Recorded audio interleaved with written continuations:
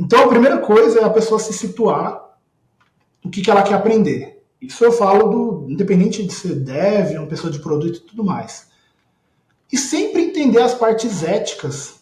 Essa coisa de guardrail não é brincadeira. Cybersegurança não é brincadeira. Todo mundo, independente se você é de produto, de marketing, se é dev, engenheiro de dados, cientista de dados, back-end, front-end, todo mundo tem que saber que um erro e alguém tem que ser responsabilizado. É como se a gente estivesse trabalhando com um carro autônomo. Né? O carro autônomo atropelou, quem que é o culpado? A fábrica, o condutor, é quem comprou. É a mesma coisa aqui. Você está colocando um agente de AI, está trabalhando junto. É você que criou, você que idealizou, você que vendeu, você que implementou. Quem que é responsável? Então, entender essa parte de segurança é essencial. Oi, tudo bem com você? Meu nome é Paulo Chiodi e sejam bem-vindos a Product Gurus, o podcast que é a voz por trás dos produtos, mas que também aborda tecnologia, negócio e carreira de peito aberto e de um jeito só um pouco de humor, um pouco de acidez, ironia e afins. Hoje eu vou conversar com ele, que é considerado por muitos o pica quando o assunto é agente de IA e LLM no Brasil. Não tem outro nome acima dele, segundo o Instituto Data Foda-se, aqui, que foi através de um post que eu fiz e falei assim, marquem os nomes das pessoas, referências no assunto de IA no Brasil. E muita gente marcou o Anderson, e a gente já se conhece, eu e o Anderson já nos conhecemos através de um post ingênuo meu, em pleno domingo, mas que a gente vai falar sobre aqui.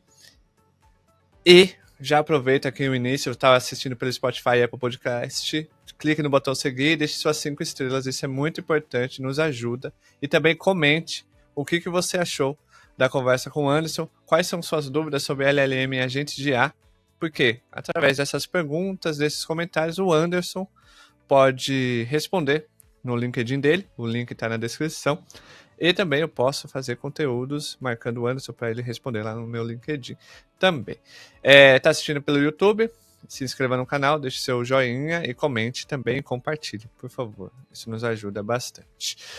Anderson, seja bem-vindo ao Product Gurus. Tudo bem com você? Olá, tudo bem, tudo ótimo. Antes da gente começar aqui o assunto de agentes de AI e LLM, porque eu sei que vai ser uma aula esse episódio, você é fundador, co-founder ali de duas empresas com o mesmo nome, mas com propósitos diferentes. A Escoras, tem a Escoras Digital e tem a Escoras Academy. Qual que é a diferença e qual que foi o propósito em criar elas? Até explicando desde o começo por que o nome Escoras, né? Escoras vem de score, quando a gente criou, a gente pensou, tem que ser algo que seja fácil em qualquer língua, né? E esses scores vieram dos locais onde eu passei. Meu background profissional é muito em fintech. Então, fui o head de dados da Stone e do PicPay, onde eu criei motores de crédito. Um dos meus mentores foi Dorival Dourado, ex-CIO do Serasa. Então, tudo que era score para medir uma gama de coisas, né? Risco de crédito, risco de fraude, enfim, era usado ali, foi uma maneira didática que eu encontrei para tornar machine learning é parte de IA. Tá? Também, muita gente esquecia dessa parte, né? Agora a gente está trazendo à tona de novo, falar de machine learning é IA. Mas também é um assunto difícil. E quando você fala em score, você traduz. Você imagina, por exemplo, a probabilidade vou usar o Paulo como exemplo. O Paulo cometeu uma fraude é 1 ou é 0? Fica uma coisa muito, né, muito determinística. Não é 1 a 0. Não tem como você ter certeza sim ou não no futuro. E aí a gente pegava a probabilidade, por exemplo, é 0,8 de cometer, consequentemente é 0,20 de não cometer. Aí transformava esse 0,8 e 0,2 em scores. Resumindo, a probabilidade do Paulo cometer uma fraude, 800. Ou não, de não cometer, tá? Também. Vamos pensar no lado bom. 800. Probabilidade dele cometer, 200. Ok, uma pessoa deveras honesta, posso fazer empréstimo, etc e tal. Aí, como eu passei muito por isso, né, essa situação, surgiu a ideia de criar escolas. Lá em 2021, os modelos de linguagem daquela época eram bem diferentes dos atuais. Né? Tinha o BERT, que deu origem, o BERT é quase o pai de tudo isso aí que veio depois, GPTs e tudo mais. Tinha bastante Space, NLTK, que era, né, Natural Language Token, basicamente. Era muito mais difícil criar agentes de IA, mas a gente já criava. E desde então, a Escoras, que era um projeto assim de lado, eu sempre tive emprego CLT até 2023, tá? Empreendendo, mas tinha emprego de CLT.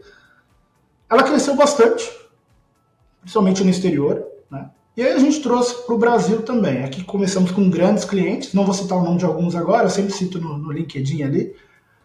E aí surgiu a necessidade de ter brasileiros no meu time. Boa parte do meu time não é formado de brasileiros. Muitos nem falam português. Alguns falam português um pouquinho. E aí por que isso? Acho que todo mundo que está lidando, principalmente seguindo o Paulo aí, já viu a necessidade de escrever prompt. E em agentes de IA, você precisa do prompt template, que nada mais é que aquela instrução que ele guarda na memória e usa depois, né? Os agentes de IA, diferentes dos LLMs, chats, ele não recebe o tempo todo o input. Ele tem o input fixo, que é o template. Aí a gente pensou, ferrou, preciso de brasileiro. E aí quando você vai e olha o mercado brasileiro, grande parte das pessoas com conhecimento muito bom, técnico, que a gente precisa na Escoras Digital, né? Estão trabalhando para o exterior, estão em Big Techs, nem quer saber de empresa nacional. Aí foi quando a gente resolveu criar a Escoras Academy, justamente para ter mais talento, né? Nessa época aí, foi agosto do ano passado, a gente criou a Escolas Academy em setembro. Muita gente já pedia, eu tinha começado a escrever um pouquinho no LinkedIn, conteúdo, etc. Nada muito frequente, igual agora. E a gente começou ali, eu pensava, vai dar uns 20, 30 alunos, vai ser legal. Quem ensina aprende 2 vezes. E a gente vai contratar umas 2, 3 pessoas, vai ser muito bom. Enfim, corta pra cá agora, 6 meses depois, né? 500 alunos, quase, 490 e pouco, alguma coisa, né? E já contratamos gente lá na Escoras Digital. E agora a gente está até recomendando para outras empresas. Grandes empresas internacionais, nacionais, contratam alunos da Escolas Academy. Cresceu tanto que a gente fez um spin-off. Agora, desde fevereiro, são 2 empresas. A Academy tem um KNAI de editora e instituição de ensino. E nos próximos meses ela vai estar construindo, ela já tem uma proposta para isso, cursos white label de graduação para outras universidades revenderem e tudo mais, né? E a Digital continua de vento em pouco agora com alguns talentos da Escolas Academy. Foi isso, esse é um exemplo de quão talvez necessitado está o Brasil de talentos. E um detalhe, 0 gasto com ads, tudo orgânico. Até agora, tudo orgânico. A gente foi post no LinkedIn, gerou, né? Dá até medo, se a gente gastar com isso, quão rápido vai crescer, né? Aí, claro, a gente tem que se preparar estruturalmente se eu quiser, de fato, crescer a Escolas Academy. Tá no backlog, tá? Mas é uma ideia aí, né? Que tá amadurecendo. E esse, mais uma vez, é um exemplo de como o mercado está carente de pessoas na área para a construção de agentes de IA, de engenharia de IA, arquitetura de IA. E você que está ouvindo e assistindo o nosso podcast, esse episódio tem cupom. Achou que ele ia fazer o jabá sem dar cupom? Gurus 10, o link está aqui, Escolas Academy. Vai lá e vai aprender a como criar agentes de IA com quem cria para grandes empresas, não só nacionais, mas internacionais.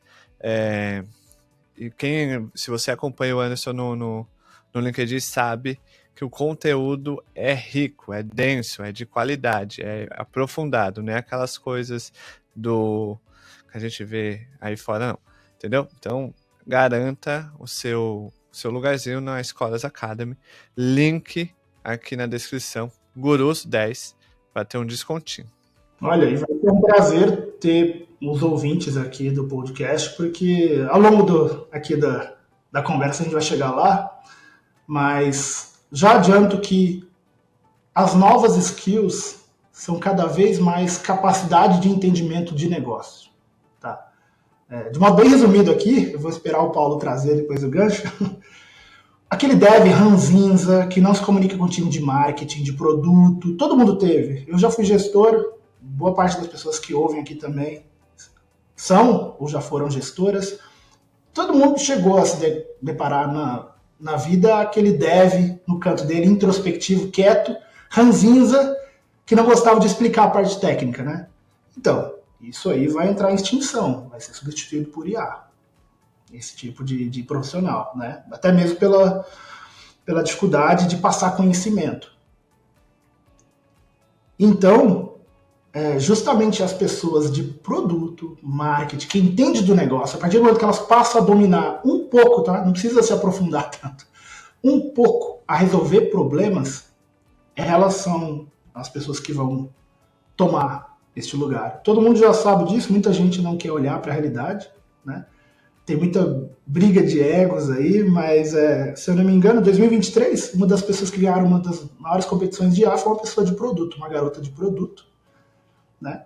Competindo com desenvolvedores, engenheiros de IA. Eu vou possivelmente esse link que eu devo ter salvo em algum lugar e publicar em breve. Me mande, publique, porque eu vou atrás dessa moça para vir aqui no PG ou trocar figurinhas com ela. Ô Anderson, a gente já vai começar aqui com uma pergunta que eu acho que é importante a gente responder. Porque hoje a gente vê muito conteúdo, hoje tudo é IA, né? Hoje até brinquei com o César Taurion, que eu gravei com ele. Eu falei, hoje, se você quiser ter um alcance, engajamento, você que é criador, se você fizer uma receita de bolo, colocar bolo de cenoura, tracinho, IA, vai chover engajamento, curtida, vai ter gente copiando, vai ter gente fazendo e tal. Mas IA não é algo novo, né? E aí, hoje a gente fica vendo muitas siglas como agente de IA, LLM, SLM. Como que você explicaria a diferença entre um LLM tradicional de um agente de IA autônomo? Em que momento o modelo de linguagem se transforma em um agente capaz de agir no mundo real? Eu dei uma entrevista no Estadão, umas 3, onde eu sempre tento trazer esse tema para as pessoas entenderem a diferença, né? O LLM é o Large Language Model, é o modelo de linguagem. Inclusive, as pessoas têm uma expectativa muito grande de que o próximo modelo vai ser sempre melhor, né? Aí tem uma frase minha, até que ficou em destaque também lá no Estadão, já tem quase um consenso, já há um consenso entre especialistas de IA, do que a possível AGI, né, a superinteligência, alguns brincam de tipo Skynet, se vier a surgir, ela vai vir justamente da combinação de multi-agentes, não de um LLM. Né? Não vai vir de um Large Language Model, ela vai vir de uma maneira na qual você consiga combinar talvez todos os LLMs. Né?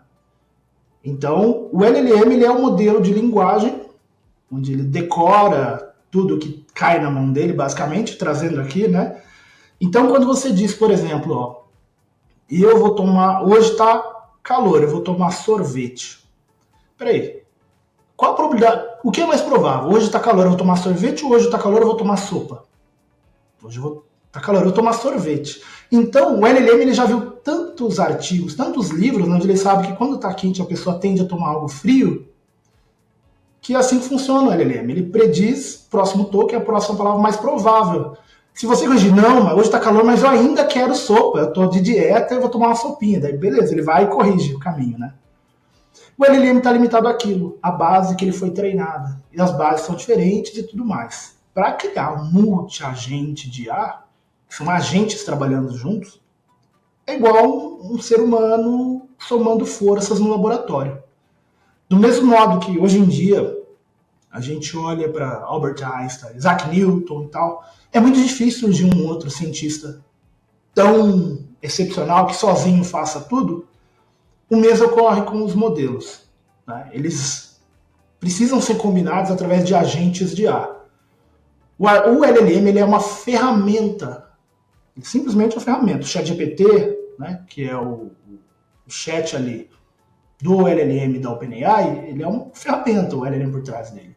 A partir do momento que você combina o LLM dele com o Gemini do Google, com instruções de como usar cada um outro, você criou um sistema multi-agentes, que sempre vai ser superior ao LLM original dele.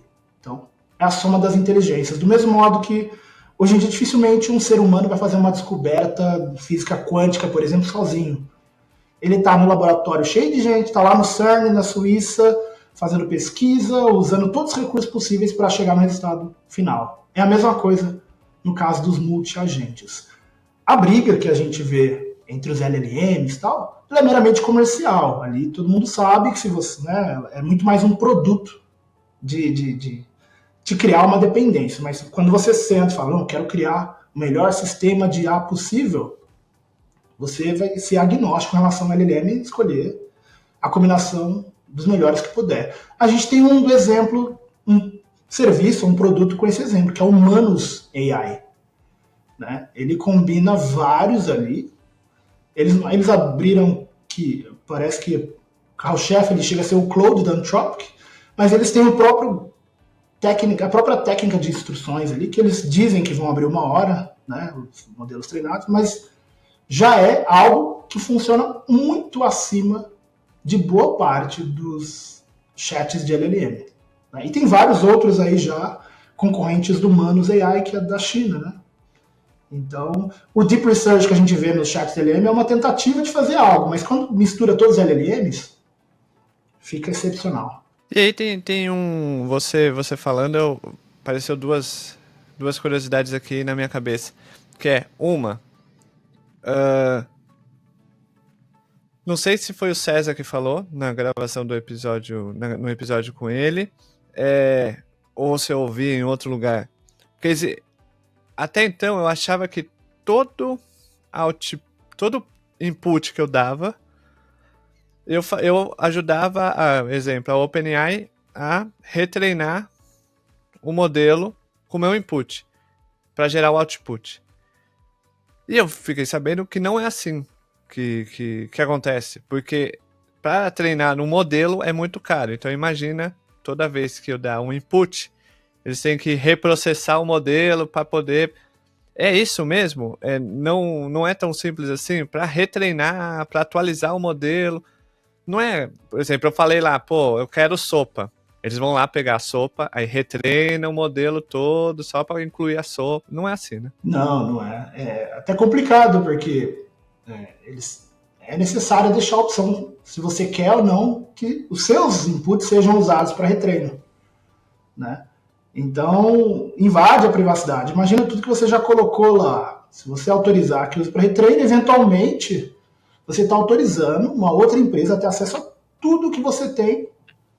Né? Tem pessoas que imputam um documento ali. Isso ali já pega o RG, seu CPF, telefone e tal. Então, toma-se muito cuidado. As empresas também tomam. Tá? É geralmente opcional isso. Se for pago, se for gratuito, já sabe, né? Quando é gratuito, o produto é você. Então, e o retreino ele é mais complexo. Tem muito lixo que entra ali. Tem muita coisa que não serve para nada. Então, tem trocentas respostas muito parecidas. Você não vai gravar todas. Você vai gravar a frequência daquela resposta. Você vai gravar... Né? Imagina todo mundo entrando lá e ficou satisfeito com determinada pergunta. Como eu faço um relatório de venda do meu imóvel, eu quero fazer tal. Aí 500 mil pessoas fizeram a mesma pergunta, 500 mil pessoas ficaram satisfeitas e deram aquele joinha, porque a OpenAI, por exemplo, faz teste AP. Ela sempre lança, vez ou outra, ela escolhe randomicamente para você dar um like com a resposta que você gostou. Aquilo fica gravado. Então ela não precisa, de fato, salvar todo o seu histórico ali para retreinar o modelo. Ela salva o seu comportamento. Ela generaliza e fala, quer dizer que tantos caracteres, com aquela tonalidade, com aquele humor, aquelas informações, deixou 80% satisfeito. Então, vamos treinar desta maneira, porque é desta maneira que as pessoas, em geral, gostam que sejam respondidas. Então, é um treino muito mais macro do que específico. Né? É entender, de fato, o ser humano. Então, não é tudo que imputa ali, felizmente não. E também, felizmente, você tem a opção de não permitir nem essa macro né, esse macro treinamento geral ali, na maioria dos casos nos quais você paga pelo chat do LLM. Por que que os modelos da China são mais baratos do que os modelos americanos? Porque a gente, assim, eu que não sou um especialista de IA, mas eu estou acompanhando ali de perto e tal, muito mais como um criador de conteúdo, muito mais como um curioso com tecnologia e negócio. De repente a gente tem a OpenAI com Stargate sendo anunciado, e na mesma semana, do nada, aparece uma baleia chamada DeepSeek, falando que, viu, então, eu entrego o que a OpenAI entrega com 1/10 do valor de custo. E agora a gente está falando do R2, que é 97% mais barato, segundo algumas fontes, que o ChatGPT O3, aparentemente. Como isso é possível? Porque num determinado momento a gente olha para os custos e fala assim, pô, IA, como toda tecnologia, com o passar do tempo tem que ficar mais barato. Quando a gente estava olhando para o OpenAI, a gente olhava e falava assim, ué, não tá ficando barato isso daí, esse brinquedo não tá ficando caro. E de repente a China olha e fala assim, viu, dá para fazer mais barato. E com qualidade, e com eficiência igual ou superior. Na sua opinião, por quê? Eu tinha feito essa predição ano passado, em outubro, acho. Também falei com o Estadão e falei, eu só errei o modelo. Eu falei que ia ser o Qwen. Falei, o Qwen vai ser o melhor modelo, já é. E a China, uma coisa acertei, até coloquei no meu LinkedIn, a China vai assumir a ponta ao longo do ano. Não, estourou em janeiro já, DeepSeek, né? E chegando com tudo. Por que isso acontece? Bom, a China, em termos de infraestrutura, falando aí mesmo da construção de chips e tudo mais, ela não tem o mesmo nível que os Estados Unidos. Ainda, talvez, vão trocar materiais, não sei. Mas com menos recursos, eles focaram mais em eficiência computacional. Então, a maneira com que o DeepSeek foi criado foi excepcional. Até então, a gente tinha o human feedback, ou seja, precisava de um humano, de fato, para treinar, e muita gente aqui já sei que foi abordada no LinkedIn, recebendo ofertas de 5, 10 dólares para treinar um outro script, um algoritmo. Dando feedback real mesmo, sabe? Eu já recebi uns 5 convites desses, sempre aparece alguém no LinkedIn oferecendo isso, né? E até então, esta era a maneira, inclusive, que a OpenAI, Anthropic, Gemini estavam fazendo, que era o Human Feedback. Deep Reinforcement Learning with Human Feedback, né? Ou Human Feedback, Deep Reinforcement Learning. Aí não, chegou a DeepSeek e viu que dava para automatizar, inclusive, o feedback do modelo. E melhorar o modelo automaticamente. O mais engraçado, tá? Quem fez essa predição de que o modelo só quer aprender, né? Deixa o modelo, ele aprende. Entendeu? Foi o Ilya Sutskever, numa conversa relativamente informal com o Daria Modei, né? Só Ilya Sutskever é o ex-CTO da OpenAI. O grande gênio por trás do OpenAI foi ele, o inicial, né? O Ilya Sutskever, tá? Não é o Sam Altman. Sam Altman é a inteligência comercial ali, claro. A empresa é o que é por ele também, mas o gênio da IA é o Ilya Sutskever. Em conversa com o Daria Modei, que é o CEO da Anthropic. E naquela época, se não me engano, foi 2015 e tal, eles falaram, o Ilya Sutskever, os modelos, né? The model just want to learn. Ele sentiu, de alguma maneira, o modelo quer aprender, não precisa ficar em cima, não precisa ficar ensinando, só deixa ele aprender. E essa foi a influência do DeepSeek. Eles acharam uma maneira, combinando técnicas ali, nos algoritmos, de que o modelo mesmo aprenda sozinho. E isso permitiu que eles conseguissem uma eficiência absurda, por isso o modelo é tão mais barato, chegar próximo dos modelos, até superar alguns modelos fechados das Big Techs, né? E, de fato, criar um breakthrough. Até agora, esse ano foi a maior descoberta, de longe, assim, da área, né? Tudo isso forçadamente por falta de recursos de infraestrutura, gastando muito menos. Então tem-se alguns boatos, será que eles usaram o output da OpenAI para treinar modelo? Bom, Qualquer um pode fazer isso é fato. Nunca vai descobrir. Se a gente quiser fazer um modelo aqui, cada um junta ali uma grana, todo mundo começa a pedir feedback do ChatGPT e a gente junta tudo e treina o modelo. Isso é normal, isso acontece o tempo todo. Inclusive, quem procurar vai achar artigos nos quais dizem que o Gemini bebe do Anthropic. Tá? Então pode buscar aí, vai achar. Ou seja, se até o Google faz isso, se o DeepSeek quisesse fazer, não seria problema. Mas, justamente por isso, eles lançaram aquele paper detalhando, né, cientificamente, passo a passo, o que foi feito. E faz todo sentido. Então tá aí o segredo. Né? E eles abriram para todo mundo, agora vai todo mundo usar aquele caminho. Inclusive OpenAI, Anthropic, todo mundo vai copiar. De fato, lá atrás, Elias Sutskever estava certo. The models they just want to learn. Né? Deixa ele aprender, ele só quer aprender. Só precisa do norte, o resto ele vai. Então é o mais próximo aí de uma inteligência autônoma, né? Seria uma criança. Deixa aprender, vai aprendendo com tentativa e erro, vai crescendo, vai entendendo. Exatamente. Ô Anderson, já que a gente está falando de agente de IA, LLM, modelo e afins, acredito que esses assuntos, eles necessitam de algo visual. Você tem algum caso aí, algum modelo, alguma coisa aí que você usa da Scoras, alguma coisa que você consegue compartilhar pra gente agora, a tela, assim, ao vivo? A gente tem casos implementados com Scoras, mas eu vou mostrar um aqui da Scoras Academy, justamente mostrando multi-agentes de IA trabalhando. Você tem um prompt template, onde um passa a instrução para o outro, e no final você tem o quê? Geração de dashboards, inclusive insights a respeito da análise de dados. Vou compartilhar aqui agora. Né? Olha que interessante, aqui eu chamo o que a gente chama de bibliotecas Python. Estou usando um framework chamado LangGraph. O que é o LangGraph? Ele é um framework mais complexo, com certeza. Ele serve para projetos enterprise. É a mesma coisa que faz um Flowise, LangFlow, N8N, Make, Zapier. Só que esse aqui, ele vai embutido, digamos assim, em produtos, em serviços, dentro de software. Então, a customização dele é total, né? Até porque é um projeto open source.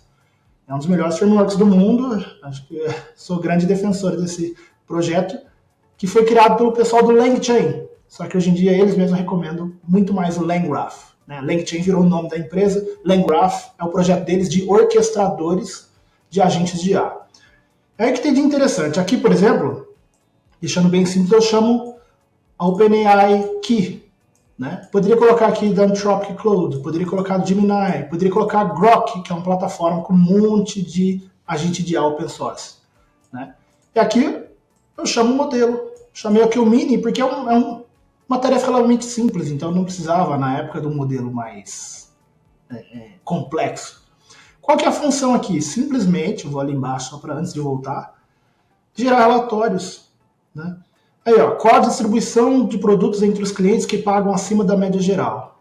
Mostra, ó, produto A, tanto, qual a distribuição de produtos entre os clientes que pagam acima da média geral? Ele gerou o gráfico, respondeu, ele mostra a query, que na nossa área, principalmente pessoas técnicas, duvidam muito de agente de IA ainda, entendeu? Mas será que ele acertou a query mesmo? Aqui, ó, ele faz um select count, porque ele sabe que é para contar. Ele mostrou, obviamente, num produto real, você precisa colocar isso aqui, né? Você pede um gerador de relatório para o CFO, ele não vai querer saber a query por trás. Mas nesse projeto a gente deixou justamente para as pessoas que estão aprendendo, falou, pô, o negócio acerta mesmo, né? Ele faz, interpreta e ainda gera o dashboard. Ele gera o gráfico. Mas ele fala, é o agente de IA? Não, são multiagentes. A gente interpreta isso aqui como um fluxo de trabalho agêntico. E cada um aqui tem um prompt template. Daí a necessidade de entender muito bem a língua na qual você esteja trabalhando. Né? Melhor ainda se você puder fazer o input em inglês e pedir o output em português. Né? Ou seja, mas daí você tem que dominar as duas línguas. Então, porque o input em inglês, bem ou mal, boa parte dos modelos eles têm foundational, né? A fundação deles é em português, em inglês, aliás. OpenAI, Gemini, Anthropic, então ele sempre vai ter uma facilidade maior em entender inglês. Mas enfim, aqui com o português funciona muito bem, e cada um desse aqui eu posso chamar como se fosse um agente. Esse aqui é o SQLwriter. Você é especialista em DuckDB. DuckDB é um banco de dados muito bom. Ele é o intermediário entre os outros bancos e um Databricks, por exemplo. Muita gente gasta milhões por mês com Databricks, mas poderia ter sua solução resolvida com o DuckDB, que é um projeto open source. Né? Conhecimento também é muito poder, e esse banco é relativamente novo. E aqui no SQLwriter, ele escreve o SQL ali depois de receber o input. Então a função dele é só essa. É muito melhor eu dar só essa função do que acumular funções dele. Tá? É igual ao ser humano, ele começa a acumular função, ele perde especialidade. Simples assim. Um full stack não vai ser tão bom quanto especialista. Acabou. Funções diferentes, né? Aqui ele é especialista em DuckDB. Isso é sintaxe SQL. Então, se eu colocar sintaxe de MySQL, Postgres, qualquer outro banco, ele vai achar estranho. O foco dele é DuckDB.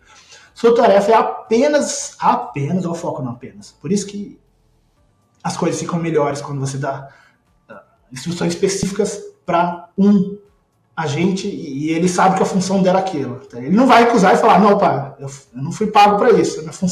Mas ele sabe que a função dele é aquela, ele não vai executar outra coisa. A consulta SQL e responde a pergunta do usuário. Aqui, ó. Então ele tem aqui as tarefas dele, utilizar nomes de tabelas e colunas conforme definido no esquema, não incluir comentários, ele sabe que não precisa comentar nada, é o trabalhinho dele de robô. Não utilizar a formatação de código Markdown, retornar apenas a consulta SQL válida, acabou. Entendeu? Daí tem todo o código ali para isso, né? E cada um tem a sua tarefa específica. Então esse aqui foi um. Você tem outros aqui. Você tem um para cada. Você tem o QA Engineer, né, depois dele, que é o Quality Assurance Engineer. É o cara que vai ver, peraí, ele fez a query correto? Tá trazendo resultado? Você é um engenheiro de QA especializado no banco relacional DuckDB e sua sintaxe. Ele verifica se a query está funcionando, se está certo, e corrige. E se ela está, de fato, respondendo a pergunta do usuário. Então, eles são complementares. Dessa maneira, eu consigo evitar erros. Né? Muita gente fica com medo, nossa, mas ele não vai errar, será que é tão bom como o humano? Isso aqui, eu não acerto as queries que ele acerta. Entendeu? Jamais. Então, ele com base no esquema, com base naquilo, outro. Aí pronto, você tem o Chief DBA, você tem o chefe deles ainda, que verifica o trabalho. Tá? Muita gente fala, o DBA cai em desuso. Não em agência de IA, você ainda tem o DBA aqui. Sua tarefa é fornecer feedback detalhado e melhorar a consulta. Então, se a consulta está usando muita memória e tal, o Chief DBA ele melhora a consulta ainda por cima. Né? E aí você tem quem executa. Depois está tudo prontinho, o chefe olhou, olha, está tudo pronto meu time, agora eu vou passar para você executar. Né?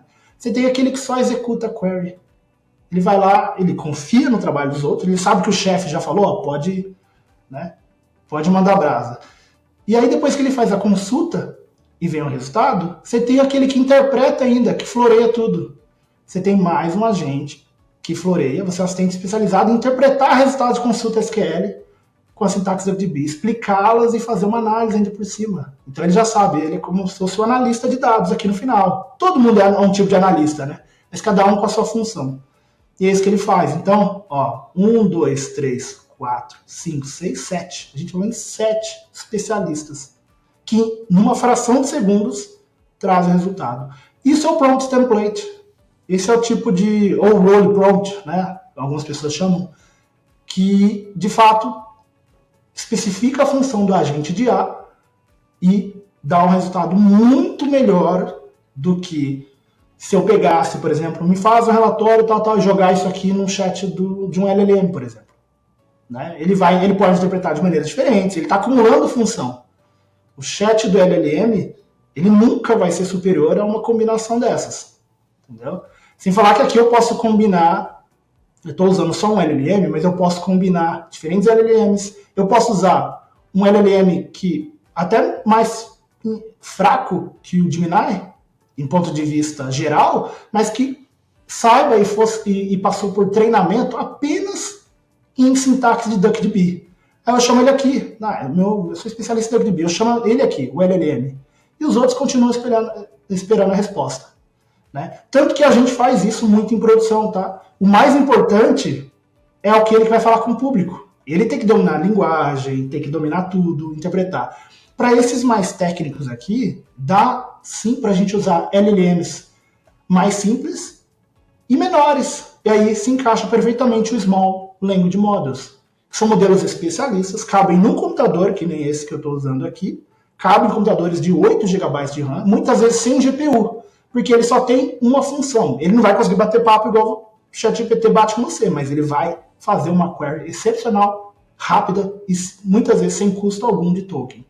Né? E está aqui um relatório gerado, criando dashboards e tudo mais, por uma fração de custo que seria uma licença de um dashboard de uma grande empresa, por exemplo. E ele pode receber input via voz, via texto e tudo mais. Esse é um exemplo de sistema multiagentes, Paulo. Você falou agora sobre o SLMs, né? Qual que é a diferença dele para o LLMs e não é toda empresa que precisa do LLMs, certo? Tem como a gente categorizar assim, ó, esse tipo de ação ou de produto ou de pedido, você precisa de um SLM. Para esses outros tipos de trabalho, LLM, é possível categorizar ou... Sim, é possível. E eu diria que 80% das empresas não precisam de um LLM. Elas precisam de Small Language Models com tarefas específicas. Então, vamos pegar novamente Gemini, é um monstro de modelo, qualquer modelo da ChatGPT. Eles falam chinês, eles conseguem lembrar a história do Egito Antigo, eles conseguem falar citações de filósofos, eles conhecem a história do Brasil melhor do que a gente. Tudo assunto que você não vai tratar, por exemplo, com um chatbot de um cliente pós-venda. Um pós-vendas quer saber qual é o problema que ele tem, qual foi o produto que ele comprou e o que pode ser feito. Simples assim. Aí você pode usar um Small Language Model nesse caso, por exemplo, treinado com aquela finalidade específica. Um LLM, no caso aqui, que vai ser um Small Language Model que vai caber numa VM pequena dentro da sua conta na Azure, na GCP, enfim, qualquer cloud. Né? E vai custar uma fração de segundos. Então, boa parte dos modelos que a gente vê pequenos, são eles que resolvem. E muita gente, muita empresa gasta horrores com tokens, com agentes de IA em produção, com modelos poderosíssimos desnecessariamente.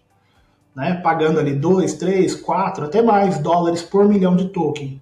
Aí a pessoa tem uma conta de 5, 10, 15, 20 mil dólares por mês com OpenAI, Gemini, de modo desnecessário, que ela podia ter uma VM no Google lá, por exemplo, né, o Google Cloud Platform, custando 2 mil dólares, que funcionaria tão bem, ou mais, ou melhor, respondendo mais rápido, porque foi feito para aquilo. Então essa especialidade dos agentes de IA, ela permite que a empresa economize dinheiro e tenha um resultado muitas vezes superior, porque eles respondem mais rápido. Em geral, esses modelos não precisam pensar muito, porque o escopo de funcionalidade deles é limitado à finalidade da empresa, que é um pós-vendas, que é marcar, por exemplo, consultas para um consultório médico e coisas do tipo. Interessante. Ainda no lance dos agentes de IA, duas perguntas em uma. Quais são os obstáculos, os desafios técnicos e éticos que você enfrenta e que você conhece ao desenvolver e implementar esses agentes de IA em empresas? E a segunda pergunta que vai sobre agente de IA é a mesma pergunta que eu fiz naquele fatídico domingo no LinkedIn, que é: agente de IA não cheira NFT? Anderson. Falando ainda da parte de segurança, né? Falando agora, aliás, da parte de segurança, tem muita questão ética envolvida. Lembrando que os agentes de IA são criados usando LLMs como ferramentas, ou Small Language Models. Small Language Models, em geral, que se baseiam em Large Language Models, e tudo isso é material humano. Consequentemente, eles têm tendência a replicar o viés humano. Então, tudo que é preconceito, viés em geral, né, o bias, igual o pessoal repete o tempo todo, até mesmo tecnologia, o anglicismo, tende a ser visto em Large Language Models. O desafio ético é muito grande. De fato, você tem que tomar cuidado, né? Vou pegar, por exemplo, um modelo de crédito no qual leve em consideração, a partir daí já é errado fazer isso, mas localidade, por exemplo, gênero, idade para dar crédito. Em machine learning isso já está errado. Tem por aí? Tem. O pessoal anonimiza e deve usar isso. Daí, aqueles que têm o seu crédito pré-aprovado pelo perfil, você replica o perfil pela localidade, pela idade, pelo gênero. Acho que muita gente já viu isso. Lembrando que machine learning é NDA, tá, pessoal? Daí eu só vou traduzir isso também daqui a pouco para IA generativa, que infelizmente potencializa ainda mais esse tipo de viés, tá, esse problema. Quem já trocou de seguro de carro, depois que trocou de moradia, morou para um lugar melhor, por exemplo, já viu que o seguro fica mais barato. Você vê lá, nossa, eu tô morando aqui, tem menos crime, menos roubo, né? O seguro é mais barato. Não sou ninguém para julgar se isso é certo ou não, mas tem um viés aí, a localidade. Muitas vezes uma pessoa talvez tenha comportamentos que não condizem com alguém que colocaria o carro em risco para ser roubado e coisa do tipo, ainda assim ela vai pagar mais caro ou mais barato pela localidade. É replicação de um viés. Né? E na IA generativa você replica isso de modo verbal, que pode ser muito pior. Para isso tem técnicas, né? Uma das técnicas que a gente chama é o guardrail, que é justamente você pensar. É muito difícil isso, tá, pessoal? Até eu vejo espaço para alguns profissionais de áreas não tradicionais de tecnologia que possam orientar isso, mas pensa em tudo que é ruim de viés que você não gostaria de ser replicado por um humano pelo seu staff. Isso precisa ser passado ao agente de IA. E na hora de se criar esses guardrails, você tem que pensar, nossa, como é que ele responderia essa pergunta? Então, o que parecer absurdo, você tem que treinar o agente de IA, principalmente se você trabalha com Small Language Models, né, que é o mercado open source, onde muitas vezes não se pensa naquilo. Então, você não tem um filtro ético. Ele vai responder o próximo token. Lembra que ele só responde o próximo token. Então, se ele foi treinado com dados de redes sociais, por exemplo, para ele falar alguma coisa preconceituosa, é muito fácil. É muito fácil. Alguma coisa antiética, alguma coisa errada, criminosa, é muito fácil. Então você tem que pensar em tudo aquilo e dar como instrução para que ele evite aquele tipo de abordagem, que jamais faça aquilo. Então, de fato, o desafio ético é muito grande. Eu diria que atualmente ele chega a ser maior que o desafio técnico. O desafio não é mais técnico, é ético e de negócios. Né? Porque você também tem que resolver o problema de negócio. Então você tem que passear, eu diria, para essas três áreas: técnica, negócio e ética, na hora de construir agente de IA. Senão, ele vai agir de uma maneira não ética. E eu sempre gosto de falar para as pessoas, pensem num agente de IA como um estagiário, que ele está sendo treinado. Ele vai ser o melhor funcionário possível, mas vai depender do seu treinamento. Então não espere que ele chegue e aprenda tudo. Ele tem que ter um onboarding dele. Você é responsável pelo onboarding do seu agente de IA. E ele vai ser tão bom quanto for o treinamento que você der a ele. Agora, é um momento NFT dos agentes de IA. Desde quando você levantou essa polêmica, acho que foi dezembro, eu estava no Rio de Janeiro na época, estava indo viajar, tirar um pouco acabei trabalhando também. Eu acho que é um espaço muito frutífero para golpes, para tudo de ruim que a gente viu com o NFT também. se não pior, tá? NFT dependeu um pouco da inocência das pessoas, muita gente diz, de quem queria tirar vantagem e tal, talvez com agentes de IA também. Você imagina, né, não é a coisa mais barata do mundo, ainda mais dá para ver pelo nível de complexidade que a gente discutiu aqui, implementar um agente de IA com sucesso. Não é mais barato, não é tão barato assim quanto se diz, tá? Pensar em questão ética, pensar em customização, embutir isso aqui num produto para substituir muitas vezes um humano, né? Mantendo as características naturais. Aí, obviamente, a necessidade, todo mundo quer, todo mundo está atrás de ter agentes de IA trabalhando para si e substituir. Você acaba achando espaços ou promessas de solução rápida. Né? Pode parecer uma solução rápida? Claro que pode. Né? Mas você tem que pensar nos cenários de como esse que a gente falou no guardrail. Cenários antiéticos, cenários de falta de segurança. E é um espaço muito frutífero para isso. Eu dei uma entrevista no Globo Repórter em 2018 sobre isso. Eu falei, a repórter perguntou na época como que eu via os próximos anos, tal. Eu acabei não indo para a área, mas eu falei, olha, se eu fosse continuar, talvez empregável, né, com a minha empregabilidade alta, eu iria para a área de segurança. Só não pensei que seria muito mais quente do que eu imaginei em 2018, nessa entrevista, 2019, aliás, nessa entrevista com o Globo Repórter.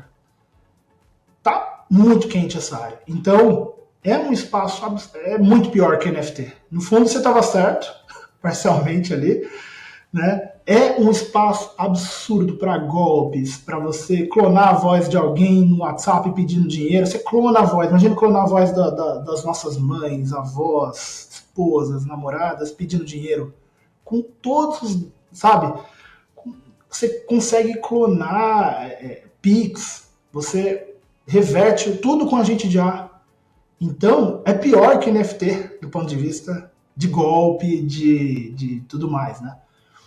Dessa coisa de espaço para oportunista. No fundo, Paulo, você estava certo com louvor. Então você que está ouvindo, assistindo esse episódio e me xingou num dia, por favor, fila para pedir desculpas para mim, ok? Eu sou o primeiro a pedir desculpa, porque eu interpretei algo para que a minha área, você está falando da minha área, cara, que tá achando que a gente está aí. Mas eu mesmo naquele momento errei, porque eu subestimei a capacidade humana de pegar algo bom e transformar em ruim. E, gente, tem muito golpe. Muito golpe. Mais do que nunca, senso crítico vai ser essencial, tá? Não acredite em tudo que você vê em termos de vídeo, em termos de áudio, em termos de mensagem, de WhatsApp, de qualquer ferramenta que seja, porque a coisa tá muito feia em termos de segurança. Rápida pausa no episódio para um recado especial. O futuro dos produtos digitais já começou e a inteligência artificial é parte do time. A PM3 acaba de lançar a formação em gestão de produtos de IA, um curso pensado para Product Managers que querem criar, delegar e inovar com mais inteligência. Muito além dos prompts, você vai aprender a liderar produtos baseados em IA, dominar temas como Machine Learning, como o Anderson já mencionou aqui, que também é IA, Deep Learning e IA generativa, e aplicar novas formas de discovery, experimentação e validação. Prepare-se para o mercado que mais cresce no mundo e torne-se o PM que lidera a transformação. E aí vai um pedido para os canais de notícia, para os portais, chamarem o Anderson assim que virar o semestre. Por quê? E até mesmo no começo do ano de 2026, porque é ano de eleição, é o ano propício para uso indevido de tecnologias ali nas eleições, né? Então, fotos que não são reais, são feitas por IA, áudios, vídeos. 2026, o Anderson, na minha humilde opinião, eu sou meio Scott Galloway, né? Eu meti um agente de IA NFT. Agora, outra previsão 2026 vai ser o ano em que a gente vai ver o impacto real da IA, quando eu falo IA, todos os tipos de IA, em grande massa. Porque se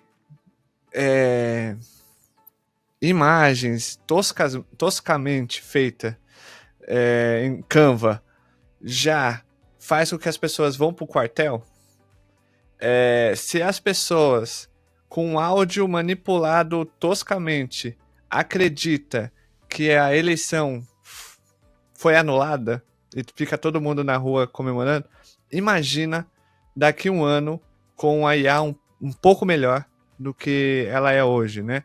Então a Eleven Labs com clone de voz, outras IAs com geração de imagem. O Canva tem uma opção em que você pega uma foto e você pega outra foto, assim, pega o rosto dessa imagem e coloca no seu rosto. E eu vi vídeo no TikTok de uma pessoa ensinando como pegar o rosto do Lula e colocando em uma outra imagem. Então, seria interessante os portais de notícias chamarem o Anderson no final do ano, no começo do ano, pro Anderson descer o cacete nesses usos aí.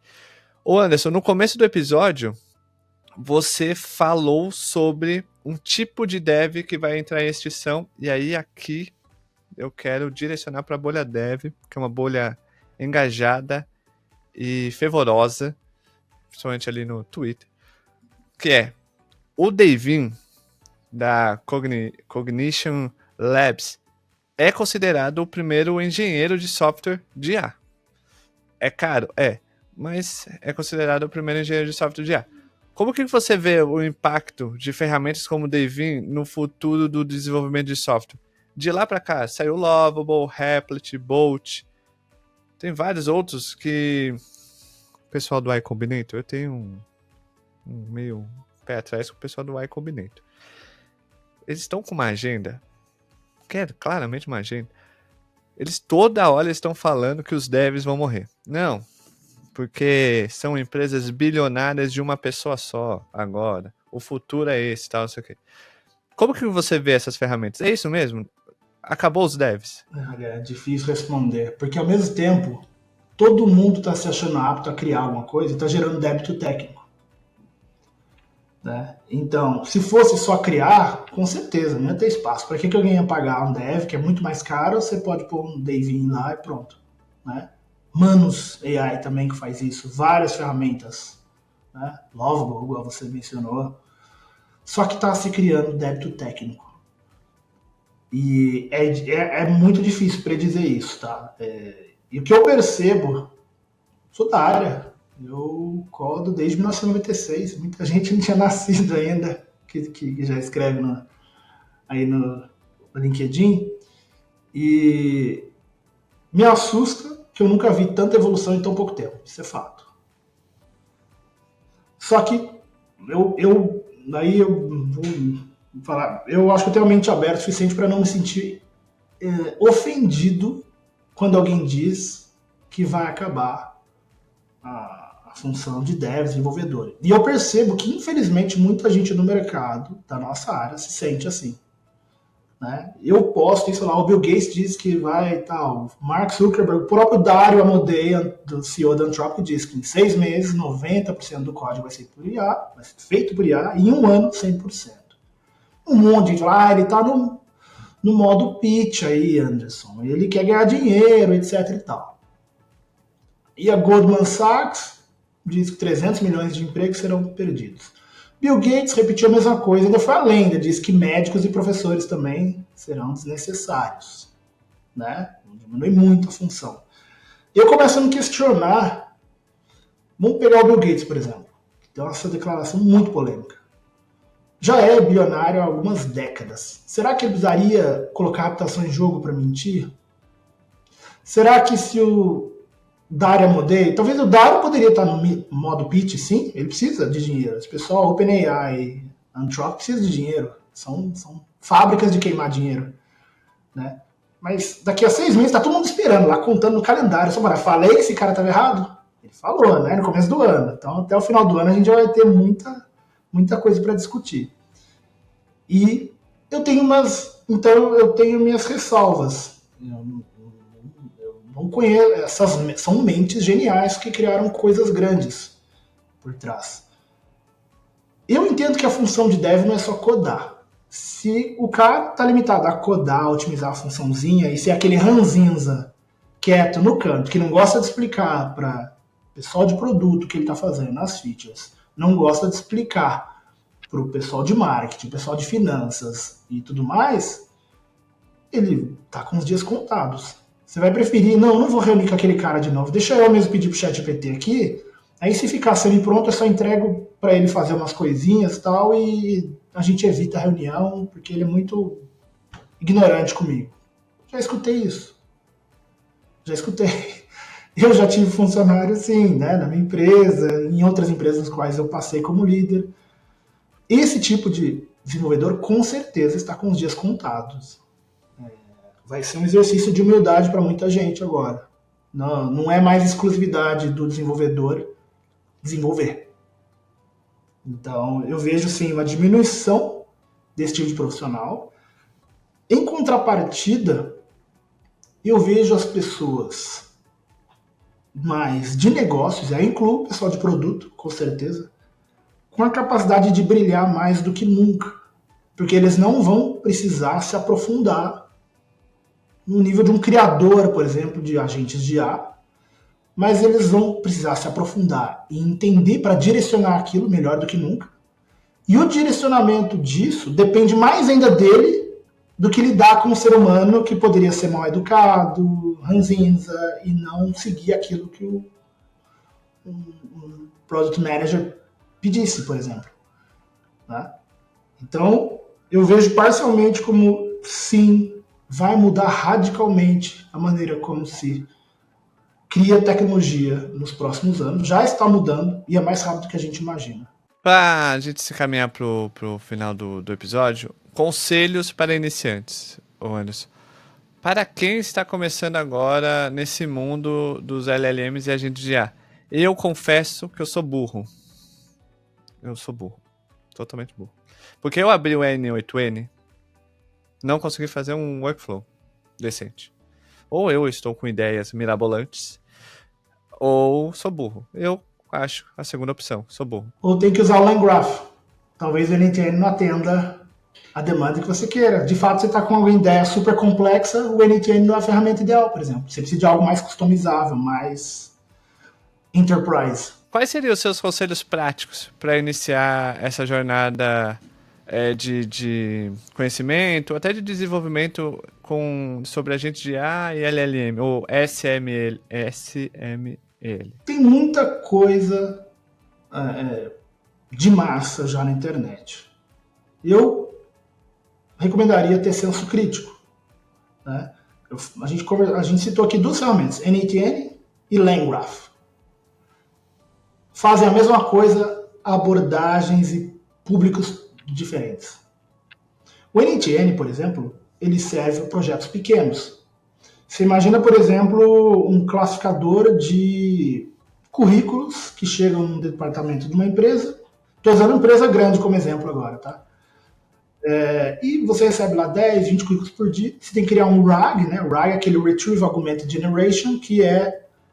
Hoje em dia todo RAG está sendo agêntico, está cada vez mais inteligente. Ele vai separar, peraí, o Paulo, por exemplo, quer contratar PMs que falam inglês. Ele vai fazer uma triagem daquele currículo e vai mandar para o financeiro para aprovar e pagar o salário. Pronto, vai registrar. Isso é um processo pequeno com poucos requests. O NTN daria conta. Agora você imagina que o Paulo também está criando um motor de crédito no qual ele tem um scoring e no qual ele participou de um comitê de risco que aprova casos para quem tem score de crédito acima de 700 apenas, e se o score ficar ali pouco, 20 pontos percentuais abaixo, ele precisa ir para uma zona cinzenta na qual um humano aprove e siga para o próximo. LangGraph. Porque o LangGraph, por exemplo, nessa situação, ele tem uma feature chamada Human in the Loop. Então ele vai olhar, peraí, tá aqui um daqueles templates que a gente discutiu, peraí, quando o score aqui tá 690, eu não posso aprovar automaticamente, mas eu também não posso voltar para trás, o cara pode ser bom. Deixa eu ver a opinião do humano aqui, né? E aí eu continuo. Aí um agente de IA manda pro humano, pode ser um push notification no celular, no e-mail, etc. Você, gestora de crédito, olhar, poxa, 690, tá tudo certinho. Como é que está a macroeconomia? Ah, hoje o dólar está tanto, o governo aprovou isso, está controlada a inflação, vou aprovar. Pronto. Põe lá a sua digital, se aprovou, ele continua o fluxo do motor de crédito e vai aprovar o crédito para comprar um imóvel, comprar uma casa, um cartão de crédito. Esse é um exemplo do quão complexo pode ser feito um agente de A usando o LangGraph, por exemplo. Então, a primeira coisa é a pessoa se situar o que ela quer aprender. Isso eu falo independente de ser dev, uma pessoa de produto e tudo mais. E sempre entender as partes éticas. Essa coisa de guardrail não é brincadeira. Cibersegurança não é brincadeira. Todo mundo, independente se você é de produto, de marketing, se é dev, engenheiro de dados, cientista de dados, back-end, front-end, todo mundo tem que saber que um erro e alguém tem que ser responsabilizado. É como se a gente estivesse trabalhando com um carro autônomo. Né? O carro autônomo atropelou, quem que é o culpado? A fábrica, o condutor, é quem comprou. É a mesma coisa aqui. Você está colocando um agente de A e está trabalhando junto. É você que criou, você que idealizou, você que vendeu, você que implementou. Quem que é o responsável? Então, entender essa parte de segurança é essencial. E saber a aplicabilidade. Todo mundo precisa aprender um LangGraph? Não, com certeza não. Vai depender do nível de complexidade do projeto que você quer. Então, a minha dica de carreira é procurar o que você quer seguir, não esquecer da parte ética, que é pertinente a todo mundo, principalmente, aliás, parte ética e a parte de negócios. Lembre-se que você está cada vez mais sendo pago para resolver problemas e não ficar discutindo coisas técnicas demais e tudo mais, né? Igual o exemplo que a gente falou, o CFO que contrata um serviço de AI, ele quer saber do resultado, ele não quer muitas vezes nem saber se você usou NTN ou LangGraph, ou Pydantic AI, ou Creo AI, do brasileiro o João Moura, né? Conheci ele pessoalmente, excepcional. Orgulho nacional, tem um framework aí competindo com os grandes, aí também tá entre os maiores do mundo já aí. Né? O Pydantic AI também muito bom. A gente tem o Langflow, que é uma empresa nacional também, né? Começou ali uma solução nacional. Tudo open source aqui, pessoal. Tudo open source. Tá? Acredito bastante no open source. E dá para aprender sem gastar muito. Dá para você, seja fazendo um curso da Scholars Academy, qualquer outro curso, as ferramentas em si são gratuitas. Você pode pegar na internet, baixar, usar no seu computador. Você não precisa gastar com OpenAI. Você pode fazer uma conta gratuita, usar um free tier dessas do Grok, Hugging Face e tudo mais e criar. Muitas vezes você quer fazer só para o seu site. Aí 5, 10 pessoas vão pedir por dia, acabou. Você pode usar o free tier de um monte de solução. E pode usar o NTN nesse caso, pode usar um Make, pode usar um Zapier. Se você é um candidato, por exemplo, que quer impressionar um RH, que vai falar com o seu agente de A e vai pedir para gerar um relatório, o seu currículo, vai falar onde você mora, vai mostrar um vídeo se ele pedir, você pode fazer isso com um drag and drop, igual o NTN, por exemplo. Você não precisa usar um LangGraph. Então, os agentes de A vieram para facilitar a nossa vida. Eu recomendo sempre começar de casos reais, de casos no quais você resolve um problema real. É a maneira mais fácil de aprender. A partir do momento que você resolve um problema real, você tem motivação para ir além. Né? Se você começar naquele techniquez, aquela teoria, poxa, quer dizer que o termo de A existe desde 1950? Lá atrás, começou mais de 50 anos atrás. Nem todo mundo se engaja ou fica motivado por isso. Muitas vezes está com aquele problema, caramba, todo mundo me pede para responder no WhatsApp, eu não tenho tempo. Cria um para responder. Você pode, inclusive, clonar a sua voz na Eleven Labs. Relativamente fácil. Então, você sabe que você vai resolver um problema real. A partir daquele momento, você tem motivação para ir além e construir o seu agente de A. Essa é a minha dica. E é isso. É com a dica do Anderson que a gente encerra esse episódio que tem um carimbo de aula. É uma aula que a gente teve aqui com o Anderson Amaral. Você assistiu até aqui, ouviu? Não se esqueça, siga, se conecte com o Anderson. O link está aqui na descrição. Vai ter outros links aqui na descrição de conteúdos do Anderson. A gente vai colocar aqui. Não esqueça, Gurus 10 para você aprender na prática com quem está construindo agentes de IA há um tempo para empresas internacionais e nacionais. 10% de desconto. Então, olha aí. Não perca, hein? Até eu vou usar esse cupom aí. Ô, Anderson, muito obrigado pelo seu tempo, muito obrigado pela simpatia de mandar uma mensagem, falou, Anderson, vamos gravar? Vamos. E tá aqui. Muito obrigado, viu? Eu que agradeço e vai ser um prazer eventualmente ter os ouvintes aqui do podcast, do Prod Gurus, estudando com a gente de fato, vendo na prática o que foi discutido aqui. Tá? Realmente eu gosto bastante do pessoal de produto e hoje em dia, mais do que nunca, a gente vê que são aqueles que estão no caminho de brilhar e fazer a ponte entre a parte técnica, né? Parece clichê falando isso, mas nunca foi tão importante, tá? Né? Entre a parte técnica e a parte de negócios. É a hora do pessoal de produto de brilhar. Eu sou daqueles que, por incrível que pareça, muita gente talvez não sabia, não acredito naquilo de que está acabando os cargos de produto e tal. Pelo contrário, né? Eu vejo cada vez mais a necessidade dessa ponte. Eu tenho estudado mais produto para até mesmo melhorar a minha abordagem técnica demais e entender mais negócio. Então, um prazer conhecer todo mundo aqui e estar falando para todos vocês. E com certeza eu vou mandar mensagem agora quando terminar aqui para ver se eu tô sendo burro ou tô sendo muito exigente aqui com as ferramentas de IA, de automação e etc. Beijos, tchau, fui.